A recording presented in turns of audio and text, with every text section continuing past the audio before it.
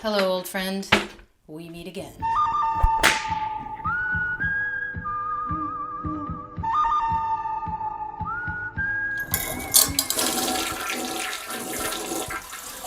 A few days ago, we received a water and sewer bill for $615.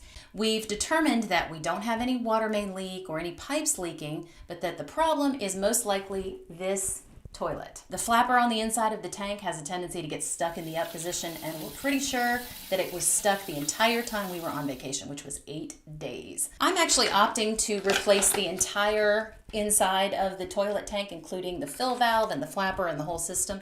All right, let's open up this bad boy. Whew. All right, now it does have instructions. Oh boy, now see this. I'm pretty sure this is what scares people. Now the first thing I gotta do here is turn off the water to the back of the toilet and flush it to let all of the water out. You wanna get as much of that water out as you can. In fact, I might need to get a bucket because some of this water is gonna drain out when I take this old fill valve out, and I really don't want a big mess on my hands. All right, let's see. Oh, I'm just loosening this part here. This is what actually attaches the fill valve to the toilet. Now this should come, oh, there it is. I knew it. All right, now the question becomes, how do I get this guy out of here? Oh boy, this is the moment it gets a little scary. I am gonna have to take this tank off of the toilet. There's a little flathead bolt up here. What I'm gonna do is kind of hold that with a flathead screwdriver, and then on the underside, oh, there we go. And the other side.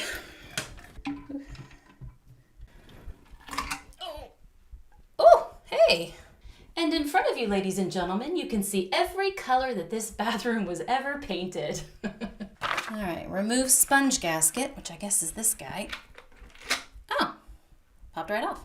Remove mounting nut with wrench. Uh-oh, I don't know if I have a wrench big enough. Ah, okay, that's a problem. I'm gonna go see what I can find. All right, I found this, so it looks like it might fit. I'm gonna give it a try.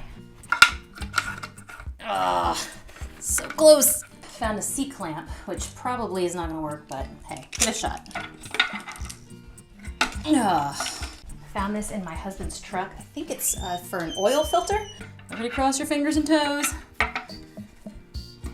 Oh my gosh, it worked. Oh. Right. Ta-da! Here's something interesting. This one is on sort of a plastic hinge here, whereas this one is all rubber. It's a lot more floppy. I wonder if that's gonna help it seal better. Let's see, that's a lot easier without having to have a wrench on there. It says it right there, hand tighten the nut. Place the sponge gasket over the mounting nut. Well, it said it would wobble, but man, that's pretty darn wobbly. This guy's still here. What do I do with that? Is this supposed to be the sponge gasket? I think maybe it is. Taking that off. That makes more sense now. Dirt. They say to tighten them alternately, so I'm going to do that. All right, now.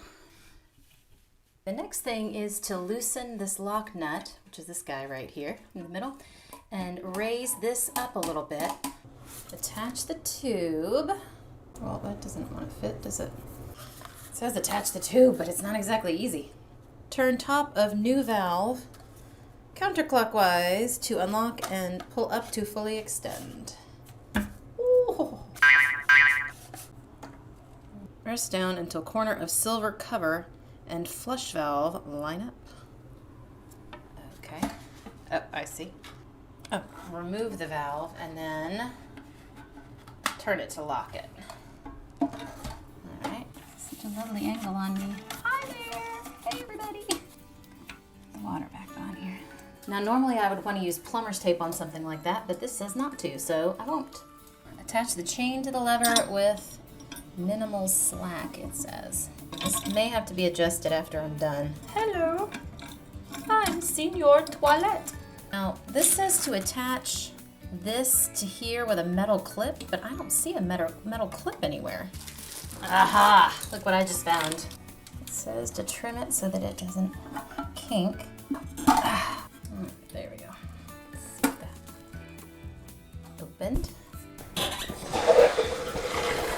if you can see this, but there's water coming out back here. I don't know if that's really an issue, but I don't know why it bothers me.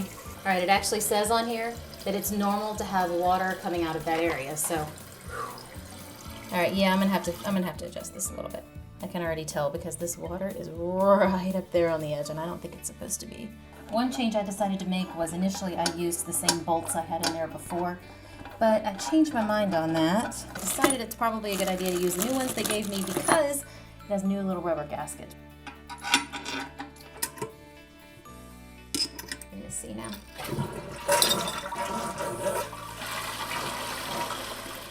Hey folks, it's day 2 and this toilet's been working great so far, but somebody on my Facebook page just asked me a really great question that I was wondering about myself. And that is, can you actually reduce the amount of water that is going through your toilet using this new system? And I do believe that you can, and you might be even able to do it on the system you already have in there. There's a sensor on the side of this fill valve, and when the water reaches a certain level, that's when it shuts off. Turn off the water behind the toilet and flush to let all the water out. Then using the instructions, just lower the flush valve and the fill valve, turn the water back on, let it fill.